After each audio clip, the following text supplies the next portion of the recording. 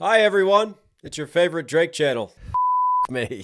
It seems like I am never allowed to get off of this ride. Round and round we go on the drama and controversy train. I thought that today I was going to be able to get back to breaking down some other tracks, but no.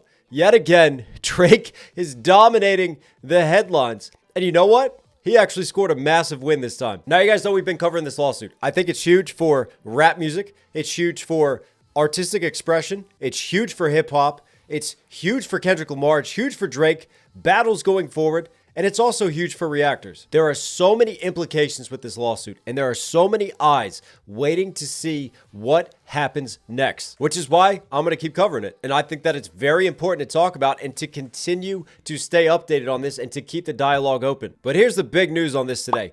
Court gives Drake access to Kendrick's contracts. Now, I feel like that headline massively concises what is going on here, but it's meant to grab attention, which it obviously does. But it's not just Kendrick's contracts they've requested. There's a lot that's been requested via discovery, including the Interscope heads contracts. There's a lot at stake and a lot at play here. So let's dive into this. Drake has been given green light to access sensitive record company documents in his ongoing defamation case over Kendrick Lamar's song Not Like Us. The star has asked for copies of Kendrick Lamar's recording contract, as well as information on salaries and bonuses for senior executives at his record label, Universal Music Group. I mean, this is massive. Drake is accusing the company of defamation by allowing Lamar's song to be published and promoted, claiming it spread the false and malicious narrative that he is a PDF file. Universal filed to dismiss the case last month, calling it an illogical attempt to silence Lamar's creative expression. And we did a full breakdown of that dismissal and of just UMG's basic legal battle rap clapback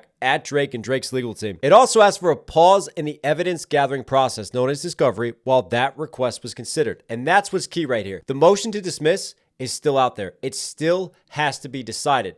It is just discovery that we're dealing with right now, and discovery has been allowed to proceed. But this case could still get thrown out. It could still get dismissed. However, on Wednesday, Judge Jeanette Vargas ordered that discovery should continue. And actually, Drake's legal team, they pointed out that this is normal for the courts. It's normal for discovery to proceed, even if there's still a dismissal up in the air. UMG was trying to get the case dismissed, and they said, look, we don't want to do discovery because there's no need for it, because we have a dismissal. If this case gets dismissed, then we've revealed and we've shared very sensitive, very private information for no reason at all. So it's not like this is something out of the ordinary. No, this is just regular legal proceedings, and that's what the judge is agreeing to right now. It's not like the judge is weighing in and showing some leaning on Drake's side of things, showing that this is where this case might go. No, the judge is merely following precedent. Now let's see what Drake's legal team says. Michael Gottlieb, Drake's lead lawyer, celebrated the decision in a statement to the BBC.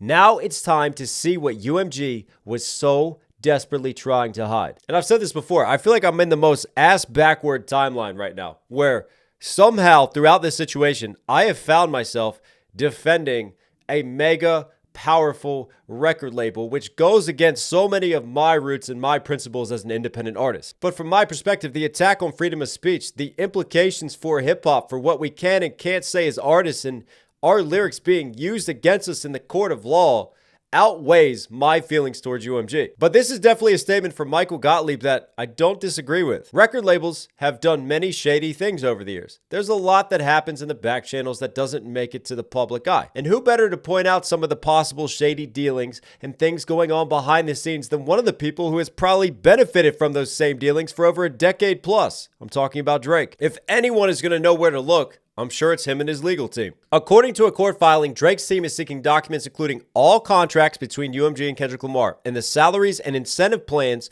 for senior record label staff going back to 2020. That's really interesting. UMG had objected to the request, saying that the costly and time-consuming process of gathering the commercially sensitive information was an undue burden when the case could still be dismissed. Yeah, we talked about that. A hearing on the motion to dismiss is scheduled for the 30th of June. That is going to be a huge day. Mark that down the calendar. Now, there's one other piece of information that's come out during this process that I do think is really interesting.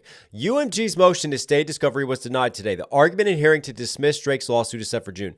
Drake and lawyers also told Judge Vargas that they will be removing stream farm complaints after being shown the evidence by Spotify and iHeart. Now that's huge to me because that's Drake's legal team admitting, no, we don't have evidence to prove the bot farming. And that was a huge contentious point on the internet. You had DJ Diddy Demix streaming about it, going on about it. You had a lot of people trying to prove the bot farming and using that as a big cornerstone for their case. So that is now gone. And since UMG's motion to dismiss, Drake's legal team has acknowledged that they are amending their suit. So they're definitely reading what they're filing on the UMG side, what their case is to dismiss, and then they are adjusting their lawsuit accordingly. Which leaves us with the defamation case. And guess what? Streamers and reactors, they're still involved because the payola is still going forward as well. Now, here's how I see it from UMG's side. I think they're 100% going to object to the contracts coming over. They're going to do everything they possibly can legally now to slow up discovery, to really probably make excuses up until June 30th that it's taking a lot of time to gather all the evidence that's been requested, to get it all organized, to obviously go through the process of submitting it and getting it over to Drake's team. And they'll do whatever they can to throw up speed bumps in the court of law as well, to object to anything and everything that they find too sensitive that they don't want Drake's team getting their hands on. So this is definitely not the be-all, end-all for UMG in terms of discovery, in terms of having to hand over all contracts. And this is definitely going to be an interesting game of cat and mouse. UMG is now counting down the doomsday clock until June 30th. They want to see if this case gets dismissed. And if it doesn't, I think there's two routes that probably happen. Obviously, with discovery, that also opens up Drake's side of things. That opens up Drake to discovery. That opens up Drake to getting attacked by one of the most powerful record labels in the world. That is going to be very costly. It's going to be very public. It's going to get very messy. And maybe this is the angle of Drake's legal team. Maybe this was the move all along. Whether or not they truly have a case against UMG, at the end of the day, it doesn't matter. Because what UMG might be afraid of is not what comes out relating to Drake in this lawsuit. It might be what comes out just in relation to some of their business practices, some of the things that happen in the shadows, which a lot of us have guessed at over the years. A lot of us have used deductive reasoning to discover and look at possible areas of shady practices, but to actually then have proper evidence and documentation of it, I mean, that is a huge game changer. And will UMG really want to risk that? Will they really want to put all their cards down on the table and leave them open, not just to this Drake lawsuit, but to other possible lawsuits and situations? I don't know. That's on them to decide. But for me, a very possible outcome now is if this case does not get dismissed, I could see a settlement happening between UMG and Drake because they're not going to want the full playbook of how they operate laid out on the table. But if this suit does go to court, I still think Drake has a massive mountain. His legal team has a huge hill to climb and to overcome to prove defamation of a celebrity. And we talked about this in the last breakdown because you got to remember, they have to prove malicious intent.